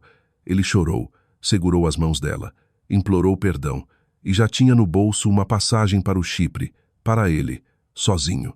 Maura baixou o olhar. O bilhete tinha sido pago com o cartão corporativo da empresa, compradora a mesma construtora do contrato. No final da folha, no campo contato da reserva, estava o nome Samira. O quebra-cabeça que Maura vinha montando enfim se fechou, e a imagem final era ainda pior do que imaginava.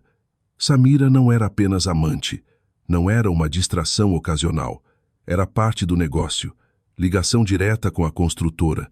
Kael não apenas encontrara compradores, estava em conluio com eles. Samira administrava a operação do lado de lá, controlando Kael, enquanto ele, deslumbrado pela perspectiva de dinheiro vivo e fuga, seguia a cartilha. A confissão da noite anterior não fora sinal de fraqueza, fora um golpe genial. Ele revelara o caso com Samira para que Maura pensasse, então é isso, ele só me traiu. Entregara uma verdade menor para esconder a verdade central. O plano real era vender a terra, receber dinheiro por fora das contas do apiário falido e fugir do país. E Maura ficaria ali como cúmplice aparente da venda, cercada por credores com dívidas milionárias colando nela como esposa legal.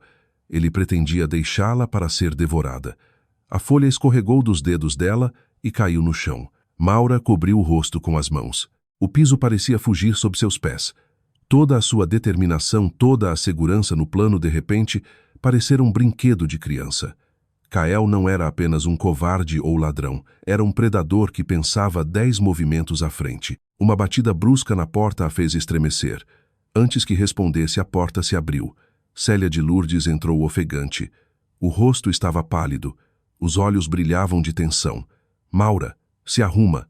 Agora. Maura baixou as mãos.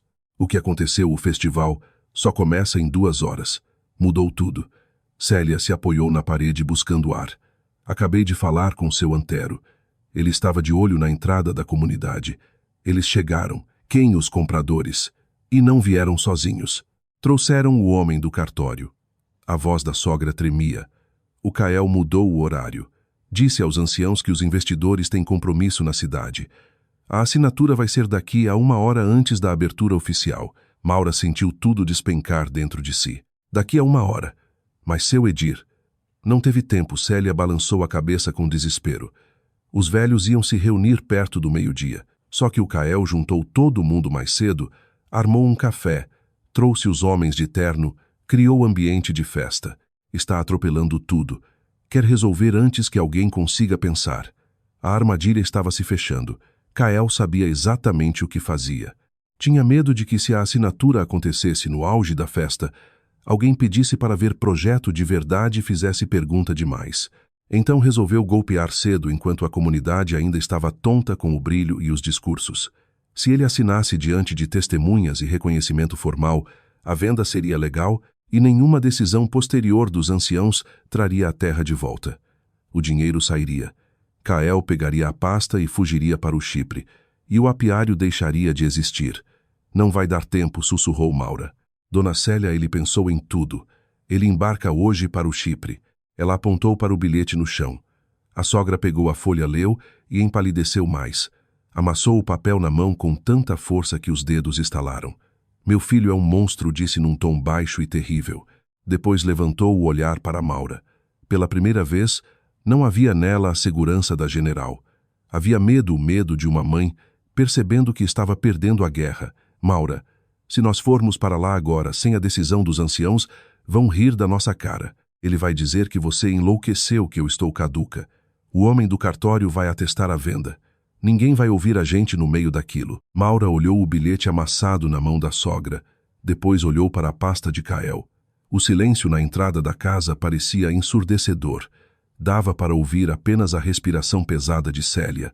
Maura fechou os olhos. Veio-lhe a memória da luz dourada no pote de mel, das próprias mãos ásperas, do cheiro do fumegador, do zumbido das colmeias. Respira e faz o que precisa ser feito. Maura abriu os olhos. O pânico desaparecera. No lugar havia uma nitidez de gelo. Dona Célia, a senhora está com o livro caixa. Célia piscou surpresa, então bateu na bolsa grande. Está. Ótimo. Maura foi até o cabide e pegou não sua melhor jaqueta, mas o macacão velho de trabalho do apiário, o mesmo impregnado de fumaça, cera e terra. O que você está fazendo? Perguntou Célia, vendo a nora vestir o tecido áspero por cima do vestido limpo. O Kael quer show, respondeu Maura, fechando o zíper até o peito. Quer uma cena bonita para os compradores. Quer a esposa ao lado dele, vestida decentemente, balançando a cabeça como uma coitada dócil. Ela pegou o bilhete amassado do Chipre e o enfiou no bolso do macacão. Ele não vai ter esposa obediente. E não vai ter imagem bonita. Maura, me escuta. Isso é perigoso. Se os anciãos não chegarem a tempo, os anciãos não precisam chegar antes, disse Maura, soltando a mão da sogra com delicadeza firme. Eles chegam depois. Quando a reputação dele já estiver reduzida a cinza, caminhou até a porta e se virou uma última vez. A senhora vem. Eu vou precisar desse livro e vou precisar da senhora ao meu lado. Célia olhou para Maura em silêncio. Diante dela não estava mais a mulher quebrada que conhecera no avião. Estava a verdadeira dona daquelas terras. Uma mulher disposta a defender a própria casa até o fim. Célia assentiu lentamente. A coluna da sogra se endireitou, recuperando a antiga firmeza. Eu vou, minha filha. As duas saíram. A praça central ficava a 10 minutos a pé. O vento trazia de lá som de caixas de som sendo testadas, fragmentos de música e o barulho da multidão se formando. Maura andava rápido com passo duro. As botas de trabalho pesavam na terra da estrada. O ar cheirava a outono e fumaça. Kael acreditava tê-la encurralado ao adiantar a assinatura.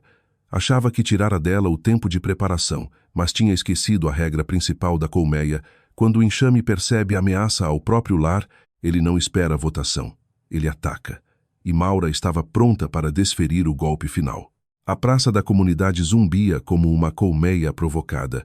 O ar era denso e doce, cheio de cheiro de bolo frito, pão assado, cachaça de mel e velas de cera.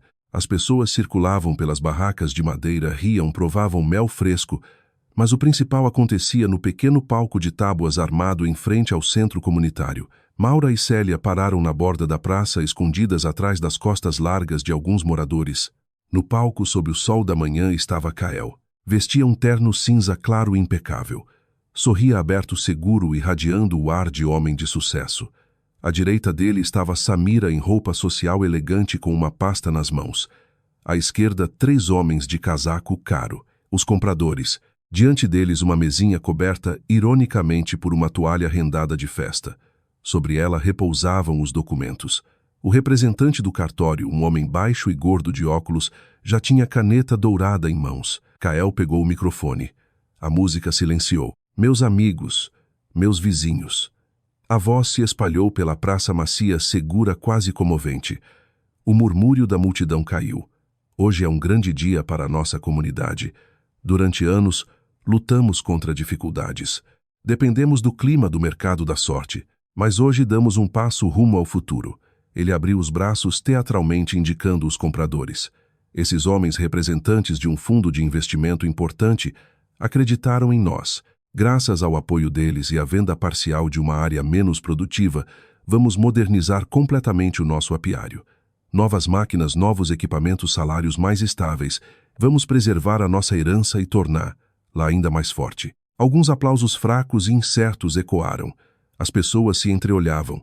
Seu Edir estava na primeira fila, apoiado na bengala, o rosto escuro como tempestade. Kael se virou para a mesa. O homem do cartório empurrou o contrato e lhe estendeu a caneta. Convido os investidores a selar este acordo, anunciou Kael. Erguer a caneta sobre o papel. Para. A voz não estava no microfone, mas saiu tão seca, tão imperiosa, que Kael congelou. A multidão se abriu formando um corredor. Por ele caminhava Célia de Lourdes. Devagar, firme, apoiando cada passo, mas com as costas retas como aço. Subiu os degraus do palco. Kael empalideceu. A mão com a caneta ficou suspensa. Mãe, o que a senhora está fazendo aqui? Você não devia. Célia nem olhou para ele. Foi até a mesa rendada, tirou debaixo do casaco o velho livro-caixa verde e o deixou cair com um baque seco em cima do contrato. O homem do cartório pulou para trás indignado. Os compradores se entreolharam. Samira ajeitou o colarinho com nervosismo. Que palhaçada é essa? Kael perguntou um dos homens em tom baixo e ameaçador. Antes que Kael respondesse, Maura subiu ao palco. Um murmúrio de surpresa percorreu a praça.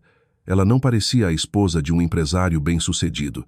Vestia o velho macacão manchado de cera e terra. Os cabelos estavam escondidos sob um lenço áspero. As mãos cheias de calos e arranhões recentes vinham sem luvas. Ela levara consigo o cheiro verdadeiro do apiário. O cheiro do trabalho pesado que Kael sempre desprezara. Kael olhou para ela e pela primeira vez um medo animal passou por seu rosto. O plano dele rachara. E ele ainda não sabia o tamanho da rachadura. Maura, ele sibilou dando um passo e tentando bloquear a visão dos compradores. Que loucura é essa? Vai para casa. Você está estragando tudo. Maura passou por ele sem reduzir o passo. Não olhou para os compradores, nem para o cartório, nem para Samira.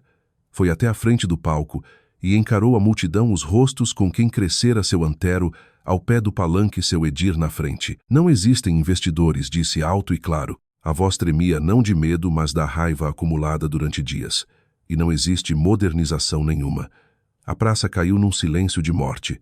Só o vento mexendo no microfone, ainda ligado na mão de Kael. Maura, cala a boca, rosnou ele, tentando agarrar lá pelo braço. Mas Célia interceptou a mão do filho e a afastou com tanta força que ele cambaleou. Deixa ela falar, ordenou a mãe gélida. Maura virou-se novamente para a comunidade. A terra que ele está tentando vender, os 40 hectares da Mata Alta, não vão virar galpão, nem equipamento, nem melhoria nenhuma. Vão virar loteamento, condomínio de luxo. A multidão soltou um ruído abafado. Seu Edir bateu forte a bengala no chão. Mentira, gritou Kael, voltando-se para os compradores. Ela está surtada. Está tendo um colapso. Vamos assinar. Assinar o quê? Respondeu Maura, virando-se para a mesa. Puxou o livro caixa verde para a beira.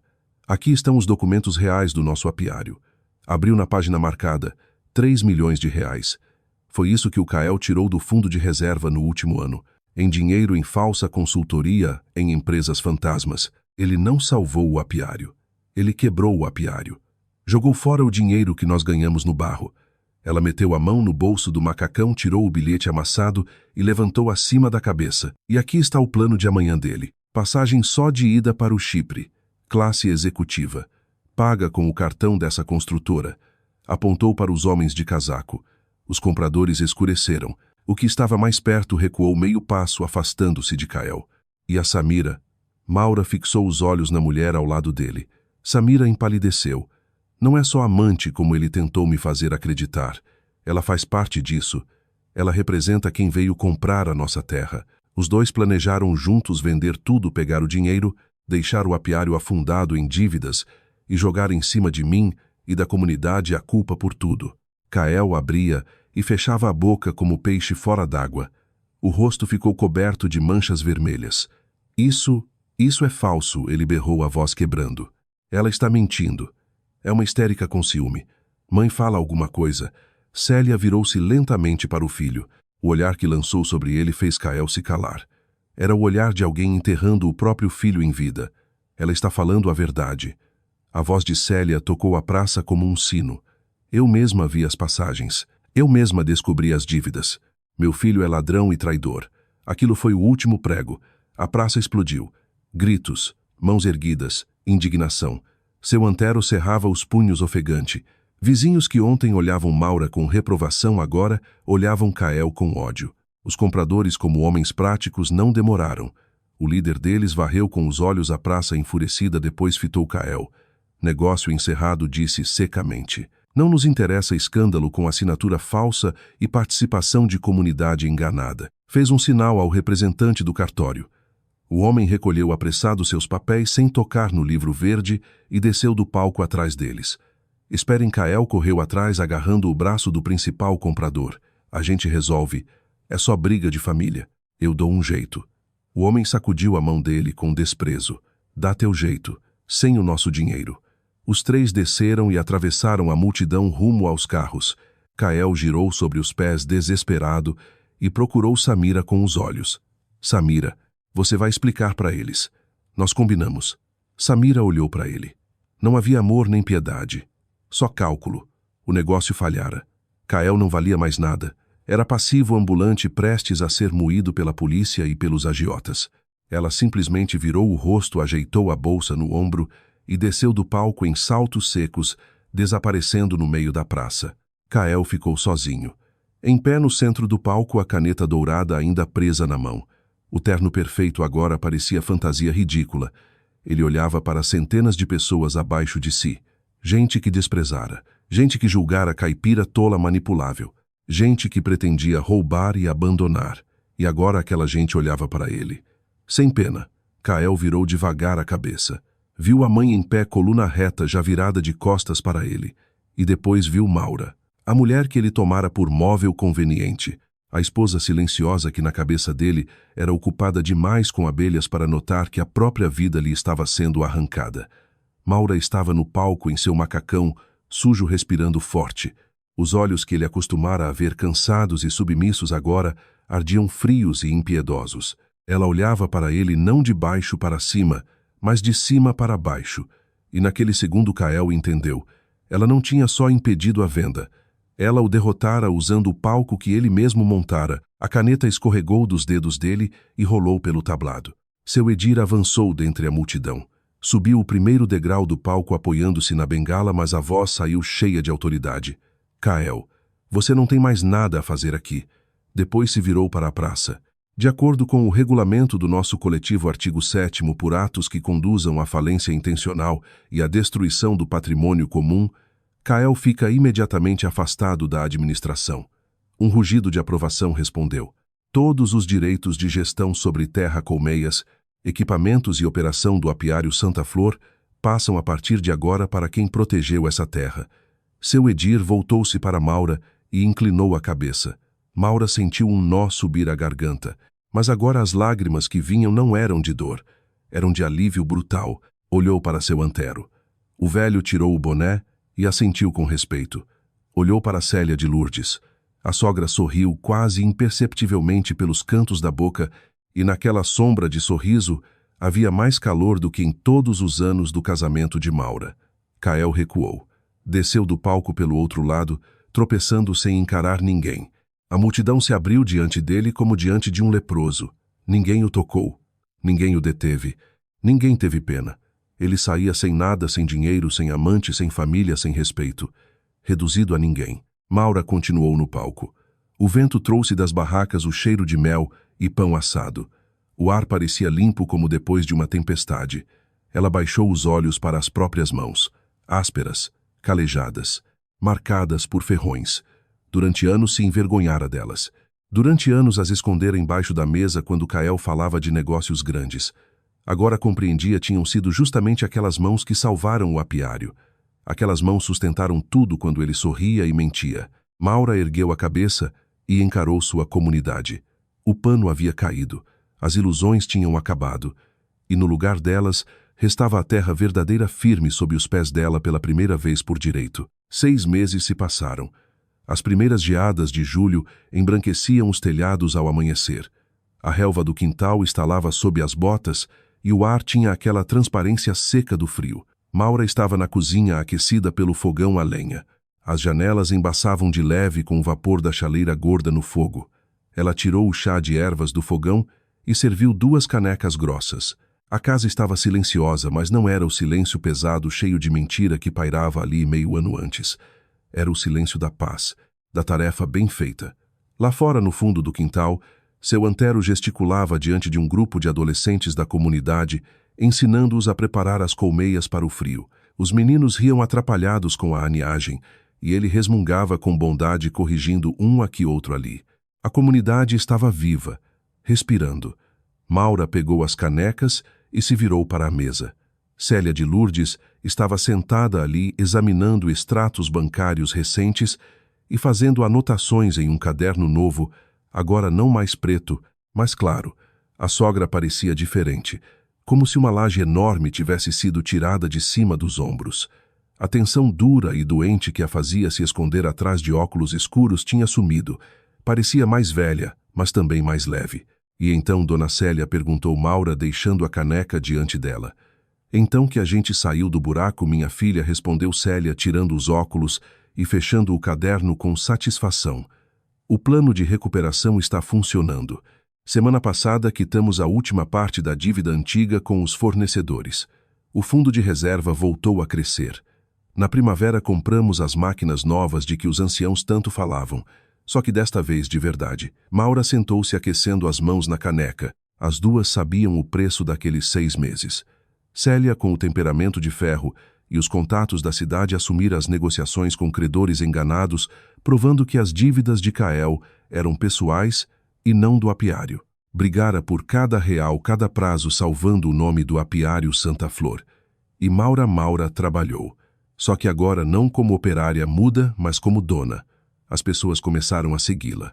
O gosto pegajoso de desconfiança que contaminara a comunidade antes do festival desaparecera. Os vizinhos voltaram a cumprimentar, lá primeiro. E dele não houve notícias, perguntou Maura em voz baixa, olhando para o chá. Célia deu um gole curto. Ligou para seu Edir semana passada. Pediu dinheiro emprestado. Seu Edir negou. Kael não virou grande vilão de filme. A vida foi mais seca do que isso. Sem a terra, sem Samira, sozinho diante das dívidas de jogo, foi encontrado rapidamente pelos homens para quem devia. Segundo os boatos que chegavam até a comunidade, o antigo empreendedor trabalhava agora em uma lavagem de carros na periferia, entregando quase todo o salário para cobrir juros que nunca acabavam. Não havia mais nada de assustador nele. Era apenas um homem pequeno e quebrado que perdera tudo por não reconhecer o valor do que tinha. E Maura percebeu com alguma surpresa que não sentia nem ódio nem prazer pela ruína dele. Só uma pena seca distante, como se ele fosse um espaço vazio. Que viva como conseguir, disse Maura, erguendo os olhos para a sogra. Nós temos a nossa vida. Célia assentiu, e naquele aceno havia um respeito que Maura nunca conhecera durante o casamento. Elas não se tornaram amigas íntimas, eram diferentes demais para isso, mas entre as duas nasceu algo mais forte, uma aliança. A ligação de duas mulheres que defenderam a mesma casa. Elas se tornaram a nova família, o coração do apiário. Maura levantou-se e foi até o armário.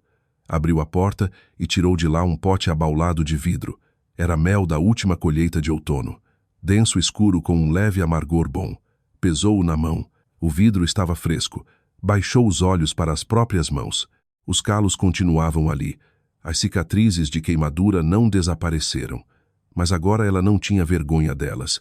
Eram as mãos de uma mulher que não apenas salvara sua terra, eram as mãos de uma mulher que salvara a si mesma. Maura se aproximou da janela. Lá fora o apiário dormia sob a primeira geada. A mata antiga permanecia de pé. Ninguém a derrubaria. As fileiras de colmeias esperavam quietas à volta do calor. Maura sorriu. Já não era uma operária num palco alheio. Era a guardiã daquele vale. E o vale em silêncio respondia a ela. E assim termina esta história difícil, queridos ouvintes. Uma história sobre como é fácil perder a si mesmo quando se confia cegamente na pessoa errada e como é duro, mas necessário, tomar a própria vida de volta com as próprias mãos.